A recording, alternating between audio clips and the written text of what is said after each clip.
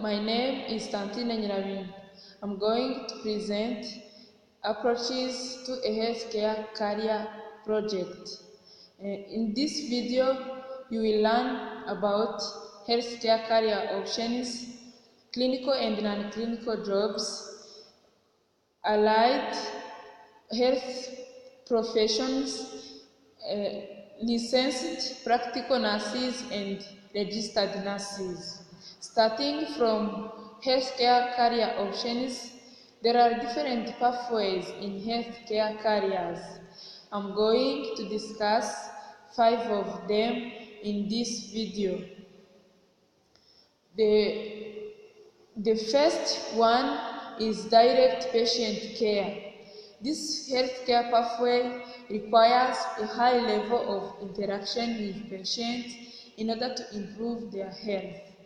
The other one is healthcare facility support. This pathway is a very important branch of healthcare system which helps hospitals, centers, emergency transport services, laboratories and other departments and other health departments function effectively. The responsibilities of people who work in this pathway include offering and keeping a sanitary and therapeutic environment which ensures appropriate delivery of health services to people. Another one is imaging and diagnostic pathway. This is a pathway which includes the use of diagnostic imaging technology. This pathway helps healthcare providers determine patient diagnosis in a timely manner and precise the kind of care a patient should receive. The other one is health informatics pathway. This healthcare pathway emphasizes on important service needs such as patient documentation services, medical records management, administration services, appointment booking, and others. The last one, or the pathway number 5, is research and development. This healthcare pathway uses an improvement in healthcare so that patients can receive services in accurate ways. Moving to clinical and non-clinical jobs, we have clinical roles in healthcare deal with having face-to-face contact with patients for the purpose of diagnosis, treatment, and continuing care. People with clinical healthcare jobs require certification or licensing. Moving to 3 examples of non-clinical jobs. The first is medical assistants. These are people you meet when you enter the office of a doctor. They check you in, they process your records, keep appointments, track prescription, assist the doctor in an examining room, and perform simple lab tests. They have, as their education, they need to have associate degrees that are earned in 2 years at a community college. The second one is health information managers and technicians. These people's job is to manage the flow of records, of medical records and the other information of patients. They must have knowledge of medical terminology, medical law, medical coding systems, even if they do not interact with patients. Their education should be a bachelor's degree in order for them to be a good fit in the field. The third one is medical transcriptionist.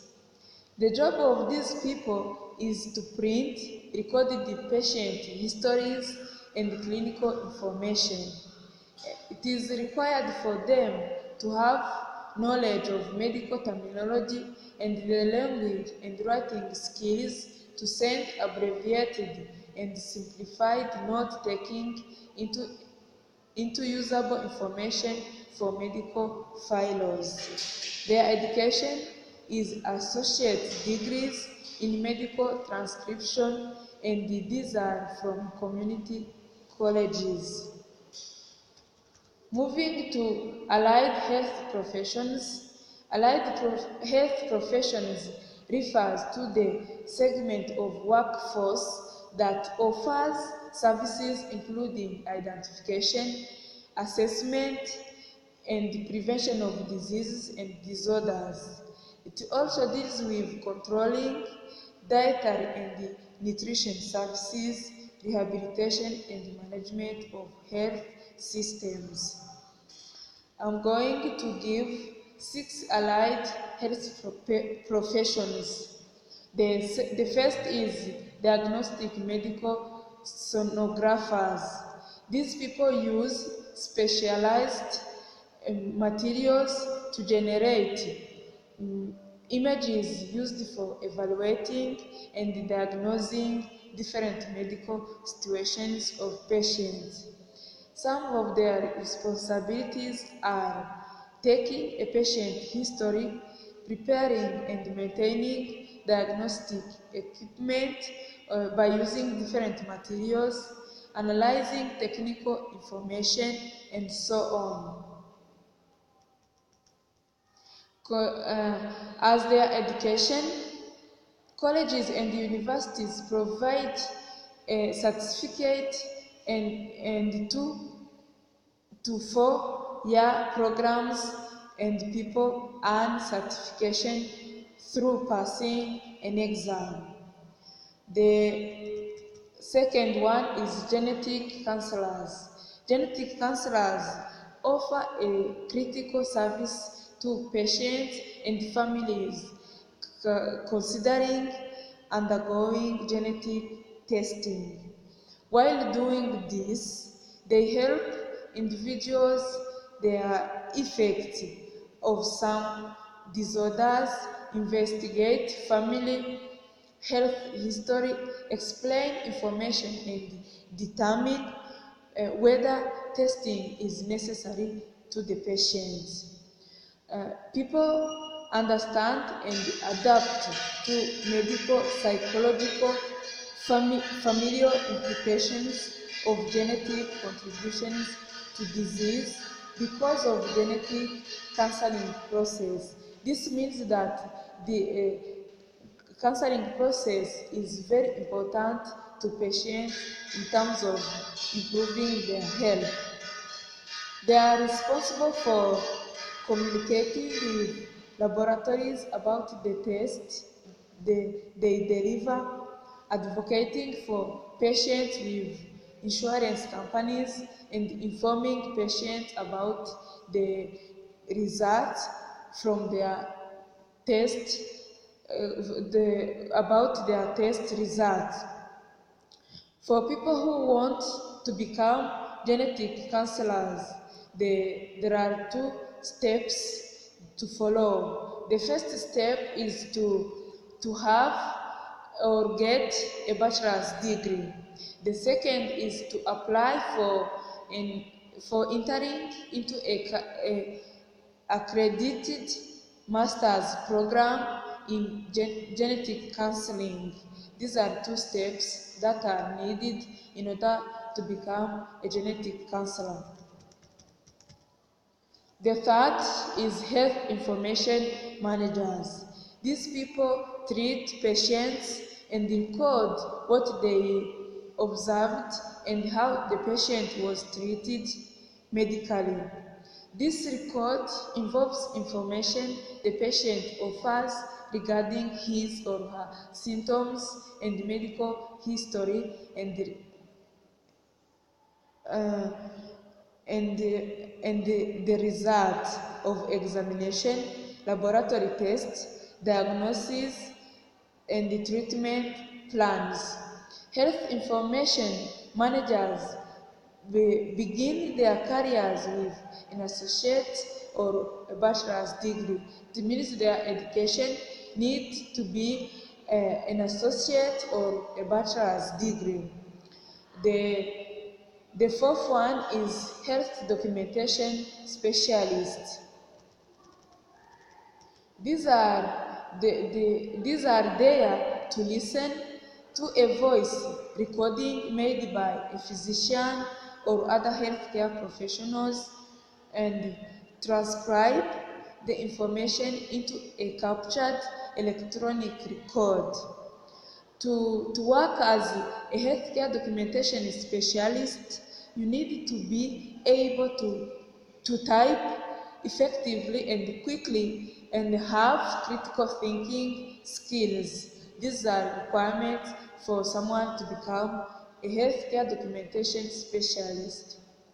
The fourth is medical coders. The number 5 is medical coders. These are people who review medical records to assign the codes in order to make sure the healthcare providers they support are reimbursed appropriately for their health services. Moving to the education that these people should have to become a medical coder, you need to have a bachelor's degree or a master's degree in order to become a medical coder. The last one is home care assistants or aides. These people support for physical and mentally ill or disabled or infirm individuals who are confined to their homes or living in residential care facilities. It means that these people help people with disabilities, different kinds of disabilities, such as mental or physical. These people are there to help those people with those problems of health. They also offer health services to people with disabilities who work outside the home. It means people who live outside the residence of with other people who are physically ill. These people help people by finding them to their homes. They are supervised by a nurse and work with family members while providing care to these people with disabilities. To work as a home care assistant, you don't need to have a high school diploma or previous work experience. This means that you need to join those people with disabilities in order to support them in different circumstances or situations without having your high school diploma or any previous work experience. The last point in this video is about licensed practical nurses and registered nurses. Starting from licensed practical nurses, these are people who deliver basic care to patients in a multiple healthcare settings. They sustain and manage patient health, perform wound care for people who are injured, and they also assist patients with personal hygiene. Nurses practitioner levels of moving to nurses practitioner levels of nursing and related education requirements for licensed practical nurses. These people need to have a completion of state-approved training program, and it is available at technical schools, community colleges, and hospitals. This is where you can find these skills in order to become a licensed practical nurse, a licensed practical nurse. Again, licensed practical nurse programs last 1 year and result in a diploma.